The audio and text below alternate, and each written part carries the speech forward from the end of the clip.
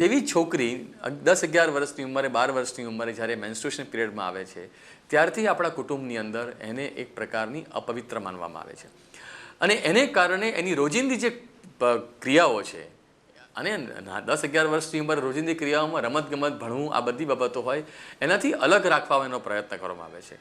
એને એવી રીતે સભાન કરવામાં આવે છે કે કંઈક ખોટું એની સાથે થઈ રહ્યું છે એક ડરની ભાવના પણ એની સાથે ઉપસ્થિત કરવામાં આવે છે અને એને કારણે એક સ્વસ્થ વિકાસ જે થવો જોઈએ માનસિક ને સામાજિક એ સ્વસ્થ વિકાસ આપણા કુટુંબ જીવનની અંદર થતો નથી. એકવાર માસિક ધર્મમાં બેસે એટલે અહીંયા નહીં અડવાનું, ત્યાં નહીં અડવાનું, આ કાર્ય નહીં કરવાનું, તે કાર્ય નહીં કરવાનું એન્ડ સો ઓન, જે આખું ઘણું લાંબુ લિસ્ટ છે, આપણને બધાને ખબર છે. એટલે આ બધામાં તેને અતડું લાગવા માંડે છે કે મારો ભાઈ અને હું અત્યાર સુધી તો અમે સાથે રમતા હતા, સાથે જમતા હતા અને હવે અચાનક આ 3 દિવસ ભાઈને બધા બોલાવે, ભાઈ સાથે બધા રમે, પણ મને એક ખૂણે બેસાડે છે, મને જાતે પાણી નથી પીવા દેતા, મને મારા રૂમમાં જ રહેવાનું. એટલે એ રીતે એ પોતાની જાતને કંઈક જુદી જ છે અને અમુક કેસમાં પોતે જાણે કંઈક